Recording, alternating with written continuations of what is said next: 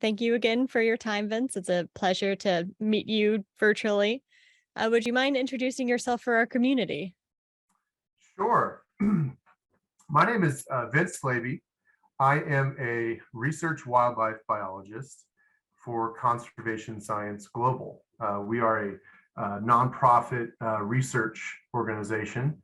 I did my PhD a few years ago, and I studied lead poisoning of raptors and eagles. I currently am working on some similar projects that I did for my PhD. I'm looking at some projects where we're analyzing lead concentrations in birds and mammals. And so I got a few projects like that. And then I also am working on some projects where we're looking to lessen the amount of lead poisoning that eagles and other raptors are experiencing. So it's good to be here today. Thanks. Yeah, thank you for joining us and thank you for your research on lead poisoning. You shared an article with me prior to our conversation today about your work and reducing the amount of lead toxicity that we're seeing in bald and golden eagles. And it's an important platform for us here to educate around. So we appreciate you. What have been some of the most important outcomes of your research? So, my research has been really focused on just kind of analyzing lead concentrations in raptors. And one of the main findings of our recent paper, we had a paper that was published in the journal Science that looked at lead poisoning of both bald and golden eagles at a nationwide scale, was that our research, we were able to look at previously regional patterns that scientists were seeing in raptors. So, they were seeing lead poisoning in places in the Intermountain West. They were seeing lead poisoning in places in the Midwest. They were seeing lead poisoning in places in the Eastern US. But what this research did was actually look at it from a continental scale. So look at it from across the country.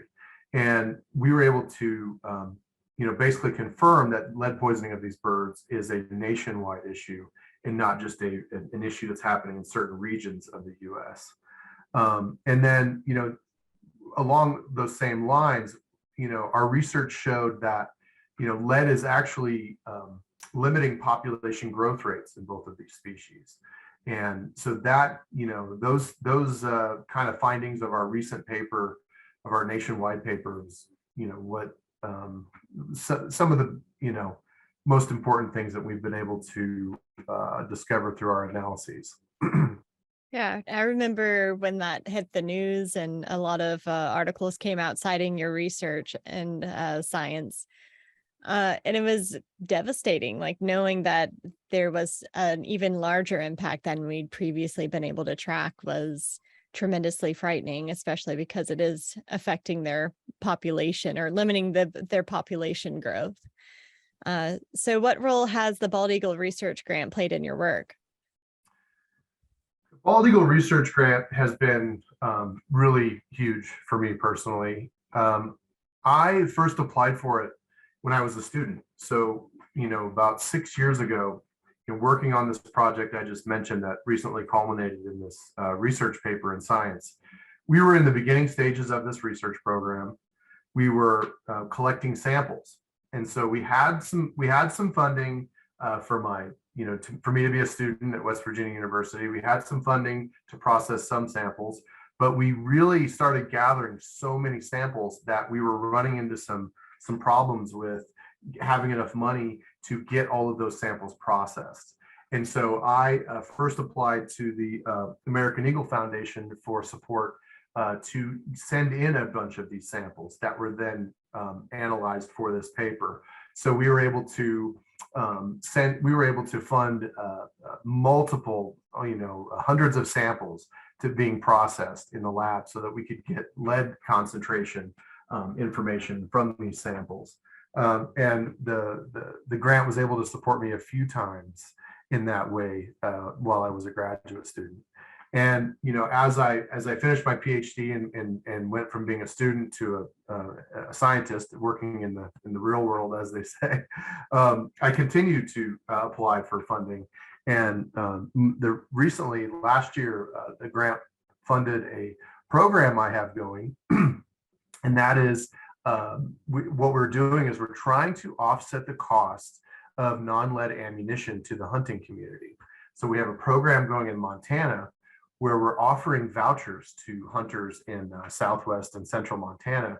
They're $20 vouchers. So you sign up for our program, you get a $20 voucher off the cost of a box of non-lead ammunition. So ammunition that is safe to use hunting, and when that gut pile is left on the landscape, it doesn't contain those lead fragments, because the ammunition that we're promoting is made out of copper or other alternative metals that are not nearly as toxic to eagles and other scavenging species. And so the grant programs also put in some money to help me offer these $20 vouchers to hunters. And to also, through this effort, we also have a website. We're also promoting, we're also telling hunters why we're doing this. We're not just saying, hey, here's 20 bucks. We're saying, hey, here's 20 bucks because of what the research is saying, because of what the patterns that we are seeing in wild birds, and that lead poisoning is fairly prevalent. And so it's been, the grant has been there for me during the formative process of being a student and getting this information collected, and then was there with me when we published, as an acknowledgement in our publications, and now has followed me into my career. My career has kind of transitioned a little bit. I spent a lot of time documenting lead exposure, lead poisoning, lead concentrations in these birds. And now what I'm doing is I'm actively doing projects in an effort to reduce this poisoning in these birds. And we are going to scientifically test that. The more ammo that we're able to get into hunters' hands that is safe for eagles, we are going to follow up with those hunters and find out how many actual gut piles are on the landscape that are lead-free and safe for eagles to consume. And then we'll go back to the research, back to the science, and plug that information into a statistical model, so that hopefully what we can do is, as we start seeing more and more people use non-lead ammunition, hopefully we can then start to record a downturn in the poisoning and mortalities associated with lead in these birds. So thank you. It's great to be on this call with someone from AEF, because a lot of what I've done was made possible by AEF support and the foundation support. It's been overwhelming that I've been able to get this help for my research and for my professional and scientific endeavors. It's been really, really, really helpful. That is so touching to hear, and like fills me with such optimism. You said you first applied about 6 years ago for the grant? Yeah, I don't have them in front of me, but I think it was either 2017 or 2018 was the first time I applied. So I'm sorry, so not 6 years ago, but 4 to 5 years ago was when I first applied. Yeah, that's still, the grant's been around for about 10 years, so that's still a significant portion of that lifeline. And look at all you've accomplished. So much. Just the voucher program filled me with joy. The fact that you're going to be tracking and seeing that downturn in lead exposure with the gut piles left behind. The voucher especially is huge, because one of the biggest kind of points that gets brought up with non-lead ammo is it's cost prohibitive for a lot of hunters. So being able to provide like offset the cost and provide that incentive and help the hunters continue their long legacy as conservationists is truly incredible. So thank you for your work. No, thank you. And that is it's a great point you bring up, the cost. It's the cost. I'm a hunter myself, and I was able to switch. It's been almost 15 years since I've used non-lead ammunition, and I was kind of keyed in on this issue early on, because this is research, this is what I do, this is what my passion is. But when I first started buying it, it was a very cost prohibitive, and the great thing is, though, is that we live in with this issue, is that we do live in a capitalist economy, and the more folks that want this type of ammo, the more that the industry will respond and make in creating this ammo, producing this ammo, and putting it out on the shelves. The more ammo that goes out on the shelves, we're able to help drive that cost down. And so, I've seen the cost slowly go down, but it still remains slightly cost prohibitive. And to be able to offer, to offset that cost for hunters, and and also to be able to, help hunters out. Hunters they spend a lot of money that ends up going into conservation, Hmm. and they are an amazing conservation group themselves. And so to be able to go back and say, hey, here's the issue. We would absolutely love it if you tried this, and here's a $20 coupon to go and try this. And we have another project where we're actually offering free ammunition to hunters. So it's kind of eases that message, and kind of lets them know that, here's the message, and we also really support the hunting community. So Yeah. it actually feels good to be doing it. And as a hunter myself, I've really enjoyed interacting with hunters in a positive way about this issue. That's incredible. Yeah, I can't speak to. I'm a hunter, but I practice falconry, so I've seen firsthand the impact that outdoors people have on conservation initiatives, and Absolutely. overall the upstanding group that they are in their day-to-day practices, and their concern for land management and keeping those habitats thriving is truly incredible. So Yeah, and a lot of our program is, we're focused on offering this cost, but we're also delivering information that a lot of hunters have no idea.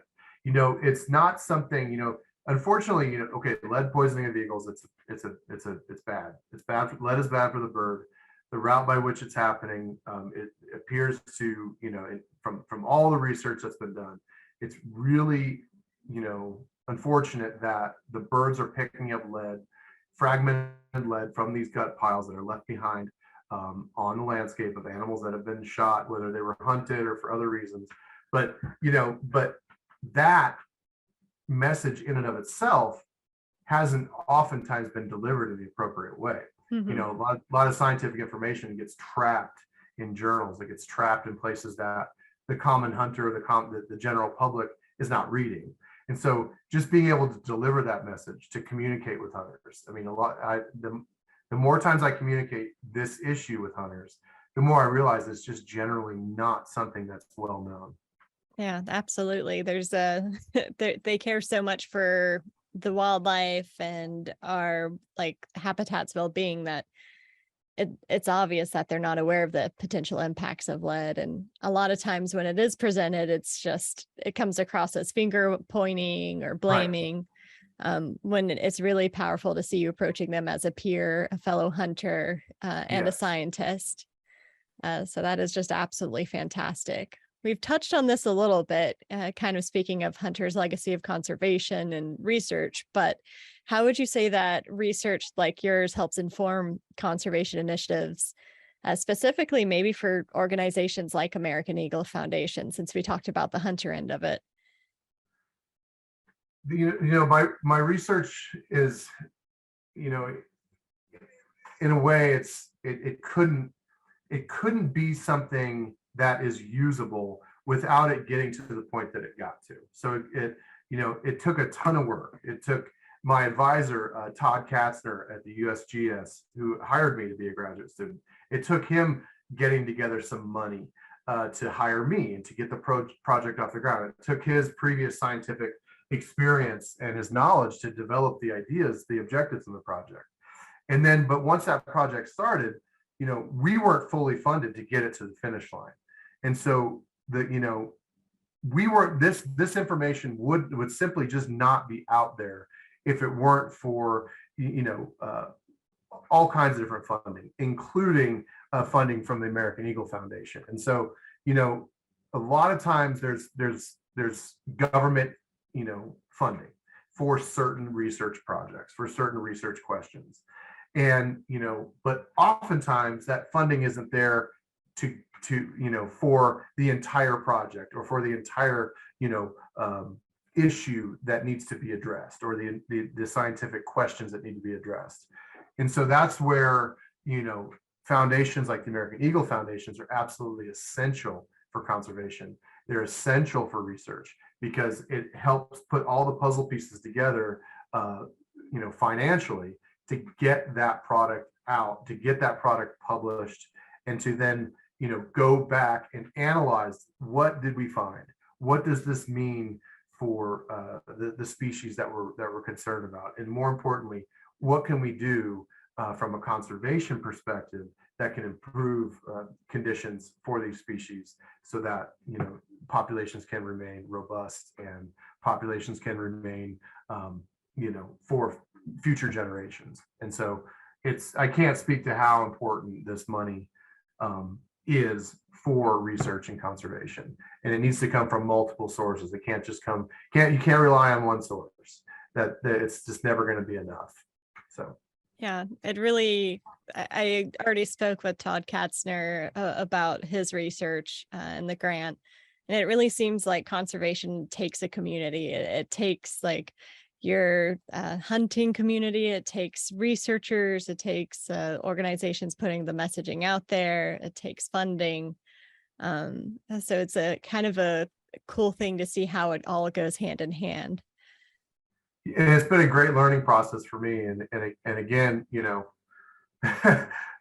it's just really cool to, you think about ecosystems and wildlife systems, and just how it all ties together, and how we're able to understand it without all of these different entities being involved and being, financially involved.